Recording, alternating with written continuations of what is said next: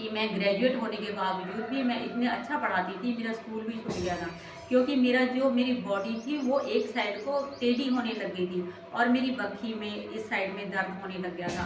पेट भी ऐसा मुझे ऐसा लगता है एक अल्ट्रासाउंड मैंने डीएमसी में करवाया था लुधियाने में, उसमें 17 एमएम की मेरी रसौली आई थी।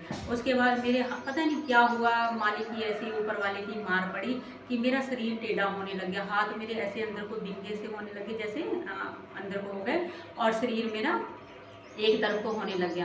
और मैं 3-4 साल डंडे से चली और मुझे टॉयलेट बाथरूम जाने की, वॉशरूम जाने की बड़ी दिक्कत होती थी। इस चक्कर में मैं खाना नहीं खाती थी कि अगर मैं खाना खाऊंगी तो मुझे जाना पड़ेगा, इसलिए मैं बहुत वीकनेस में आ गई थी। और मैंने दवाइयाँ तो इतनी खाई हैं, 21 गोलियाँ 21 टैबलेट मैं एक दिन की खाती थी और फिर मेरा खाने को मन नहीं करता था, ना किसी से बोलने का। फिर मेरे शरीर में ना चलता हुआ दर्द होने लग गया था, कभी जहाँ मैंने चुन्नी से घुटने पे मारना, कभी पैर पे, कभी वहाँ पे, कभी कहीं।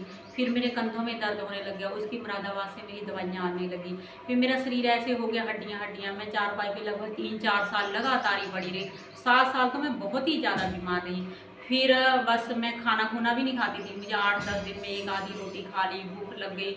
अगर मैंने कोई अनार का जूस पिया, फिर मुझे ऐसे लगता था जैसे मेरा बीपी बढ़ गया, मुझे चक्कर आने लग गए।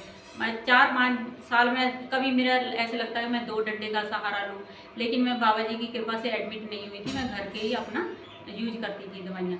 उसके बाद सितंबर की 17 तारीख को जी प्रीतम सर जी आए, उन्होंने राहुल सर जी आए और मैं तो दवाई ले ही नहीं रही थी क्योंकि मुझे ऐसा लग रहा था मैं बचूंगी नहीं, मेरा बहुत ही ज़्यादा नुकसान। मेरे पेरेंट्स की, मेरे पास ज़मीन भी है, घर भी है, मैं ग्रेजुएट भी हूँ, मेरे पास जानवर भी हैं, सब कुछ है, मेरे हस्बैंड मेरा बहुत साथ दे रहे हैं और मेरे पास बेबी नहीं है। तो मुझे ऐसा लग रहा था मैं नहीं बचूंगी। मैं रोज़ सुबह 4 बजे उठ के मौत मांगती थी अपने बाबा जी से कि बाबा जी मुझे मौत दे दो, मैं बचना नहीं चाह रही। मुझे चांस ही नहीं थी बचने के और ना मुझे पता चलता था कि मेरे से कौन सा पाप हुआ है, कौन सी मेरे से गलती हुई है।